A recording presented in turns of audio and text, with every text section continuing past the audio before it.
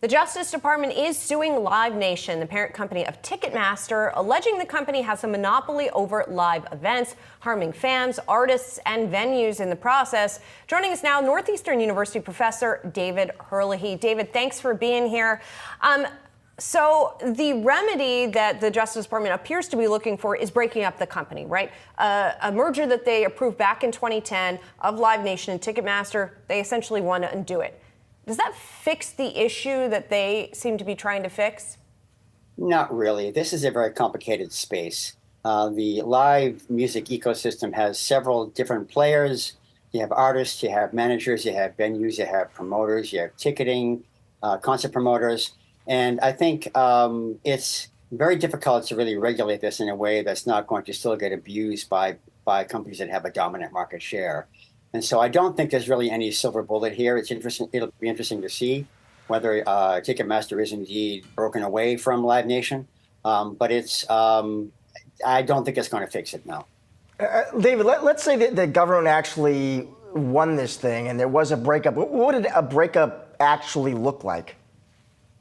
Well, I guess you'd have essentially there would be no opportunity for Ticketmaster to really directly connect with Live Nation. There would be a standalone ticketing company that could provide their services to any promoter. I think so. It would be essentially, although the 2010 consent decree required Ticketmaster to provide its code and its system to competing ticket services.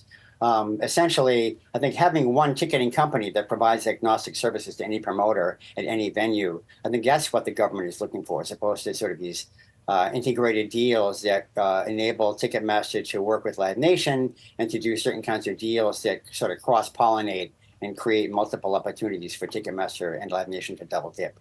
I've got part of Live Nation's response in my inbox here, and one of the things they point out is that they say there's more competition in the live events market, and they say that Ticketmaster's market share has actually declined since 2010, although I think it's still something like 80%.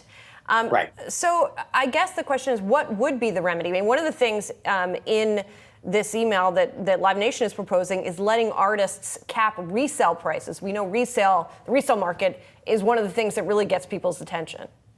Well, I think how do you really do that in an effective way? I mean, you have people that are buying tickets and then they're reselling the tickets. And there's this effort to try to figure out how much should we charge? What's the right price to charge? And Ticketmaster is also engaging in dynamic pricing to make sure that, that's like when you're buying an airline ticket, depending upon when you buy it, how many seats are left, the price fluctuates. And so it's a real conundrum, I think, to try to figure out what is the exact best price. But the secondary market, I mean, how do you control somebody from selling a ticket that they bought legitimately and on a secondary market? And the truth is, a lot of artists are themselves on the secondary market, as is Ticketmaster.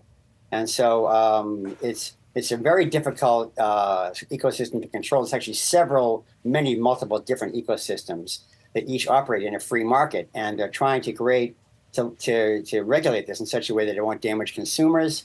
It's a very difficult, there's no silver bullet here that's going to just make this work. David, let me ask you, we are in an election year. Let's say there's a change in the White House. Could that affect this in any way, or no? Neither Biden nor Trump would be riding to the rescue for Live Nation. Well, I don't know that anyone's going to want to ride to the rescue for Live Nation. In a way, it's funny because Ticketmaster is sort of the fall guy for artists, and Live Nation too. What's not really realized is that the artists are the ones that set the prices.